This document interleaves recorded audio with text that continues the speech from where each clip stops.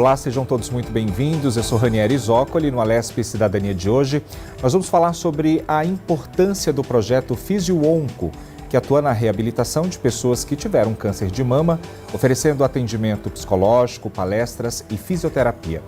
Para nos ajudar nesse bate-papo, eu recebo o Dr. José Carlos Sadala, médico oncoginecologista.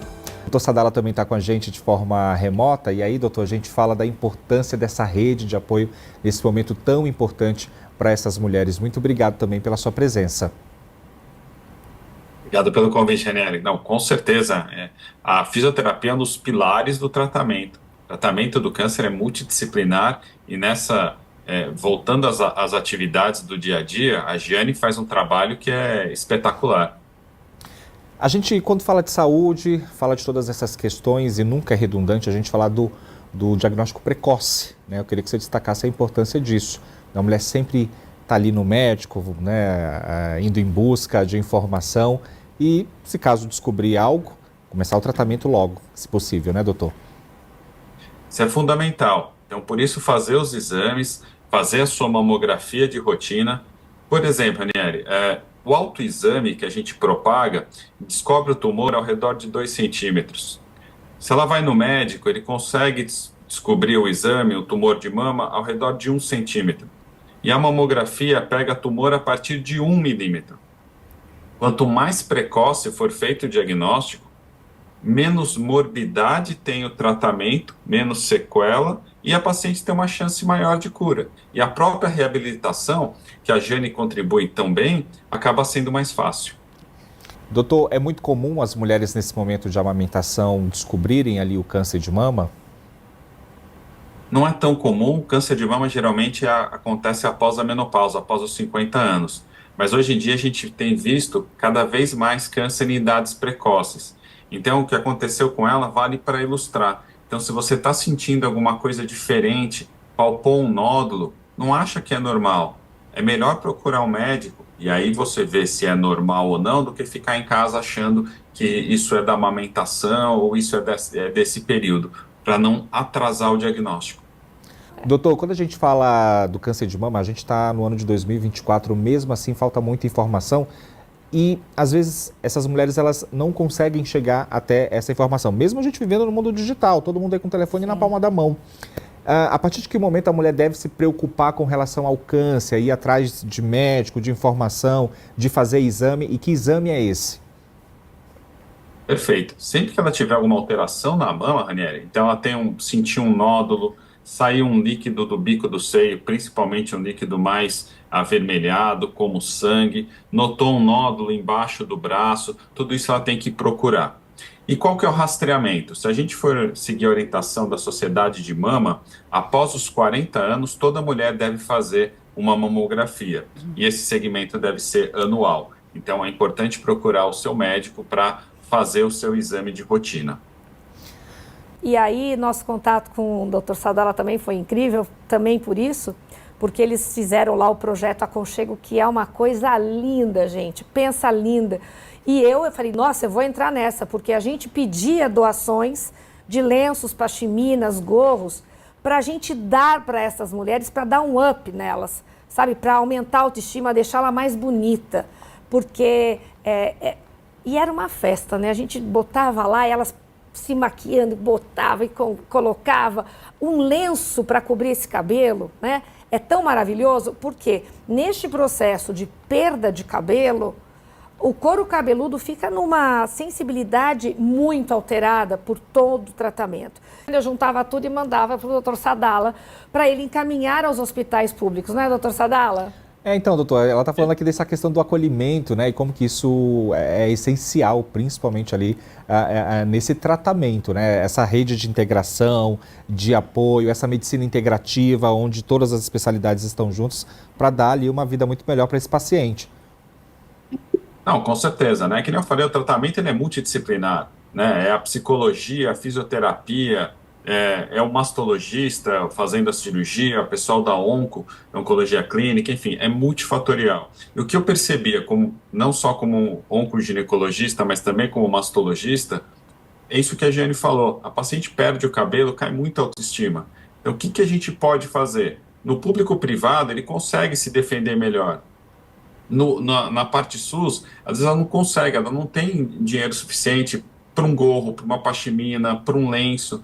Então, isso de conseguir arrecadar e entregar é uma coisa muito gratificante. E eu agradeço a Jane que muitas das peças foi ela que conseguiu. A gente já doou mais de 700 peças no total só para pacientes do SUS. E a alegria que vem é contagiante, é muito gostoso. Imagina, fica imaginando, né, para vocês que estão nessa linha de frente junto com essas pessoas, acho que não tem pagamento melhor do que o sorriso e, né, a gratidão dessas pessoas com vocês. O doutor, quando a gente fala de tratamento, da eficácia, a gente sabe que o Brasil é pioneiro em várias pesquisas, a gente também não deixa a desejar com relação ao tratamento de outros países. A chance de cura é alta quando a gente fala de câncer de mama? Sim, felizmente a maioria dos casos são curados. Eu acho ótimo a Dani estar aí. Você vê 2002 e ela passou por químio, passou por cirurgia, reabilitação, tudo, e está bem. Isso é um exemplo que precisa ser replicado, porque muita gente acha que é uma sentença de morte e foge do tratamento. Então não é. Felizmente a maioria é curado. Claro, depende do estágio da doença, até onde a doença progrediu, mas sim, a maioria a gente consegue resolver o problema. Doutor, vamos lá para os mitos e verdades, né, das coisas que a gente escuta e lê por aí. Muita gente, por exemplo, quando linka o câncer de mama, e aí a pessoa vem e fala assim, minha mãe teve, a minha avó teve, eu vou ter também. Isso é um mito ou é uma verdade? Você sabe que o câncer de mama ele é muito frequente. Vamos pegar só aqui no Brasil. A gente tem mais de 73 mil casos novos todo ano. Ele é um câncer muito frequente. Pra você ter ideia, Ranieri, 1 em cada 12 mulheres vai ter câncer, de câncer de mama. Isso sem histórico familiar. Tá? Quando a gente pensa qual que é o risco meu, se eu tenho a mãe, se eu tenho a avó, enfim, irmã, então o risco genético de ser hereditário é mais baixo. 10 a 15% apenas dos cânceres que têm herança genética. Mas é importante você saber. Existem alguns exames de sangue ou saliva que conseguem prever algumas mutações. Temos o caso da Angelina Jolie, que ela deixou público, por isso que eu cito o nome dela, que ela tem uma mutação no gene BRCA.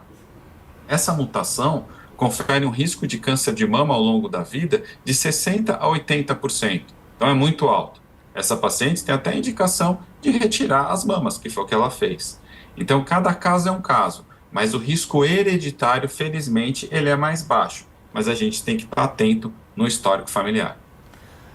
Uma mulher, por exemplo, sofre um acidente, sei lá, uma fratura ali na mama, uma ferida e ela não tratou, isso pode dar câncer de mama? Essa é uma pergunta que as pacientes fazem com bastante frequência, né? Não, doutor, eu bati o seio, aí que eu vi que estava o tumor. Na verdade, assim, o acidente ou o trauma fez com que ela fosse pôr a mão na mama e descobriu o tumor. O trauma não gera câncer, tá? Mas a batida fez com que ela ficasse mais atenta e descobrisse o tumor, que não tem nada a ver com o acidente. Doutor, o que seria esse expansor? O expansor, quando você tira a mama, é como se fosse uma prótese temporária. Você coloca esse expansor, porque o expansor ele vai expandindo e vai criando um pouco mais de pele para depois você colocar a prótese definitiva de silicone. Então, geralmente ele fica um período entre 6 meses a 1 ano, em alguns casos até 2 anos, para você conseguir fazer a cirurgia definitiva com prótese. Gostoso. Doutor, e isso é tão importante, né, o trabalho do terceiro setor, quando a gente fala dessa questão do tratamento, da eficácia, é importante o trabalho dessas pessoas, né, doutor? Sem dúvida, sem dúvida. Tudo isso ajuda no mesmo objetivo, deixar a paciente bem.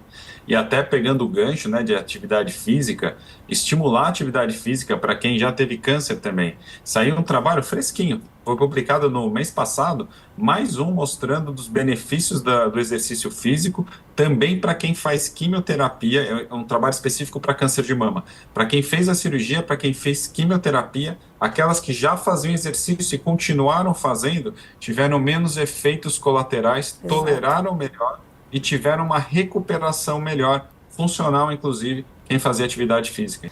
Doutor Sadala, queria agradecer a você por compartilhar conosco seus estudos, a sua experiência, né, a sua gentileza de estar aqui com a gente fazendo esse programa. E eu queria que você então deixasse uma mensagem não só para as pacientes, mas para todo mundo que está vendo e ouvindo a gente nesse momento. Obrigado, Ranieri. É sempre um prazer estar aqui com vocês. A mensagem é detecção precoce, faça em consulta com o seu médico, faz a mamografia, notou alguma coisa de diferente, procura o médico para avaliar e diagnosticou câncer. A Dani é o principal exemplo desse programa. Tem luz no fim do túnel. Sempre. É um caminho árduo, mas geralmente, na maioria dos casos, o final é feliz. Isso mesmo. Muito obrigado, viu, doutor? Volte sempre. Obrigado.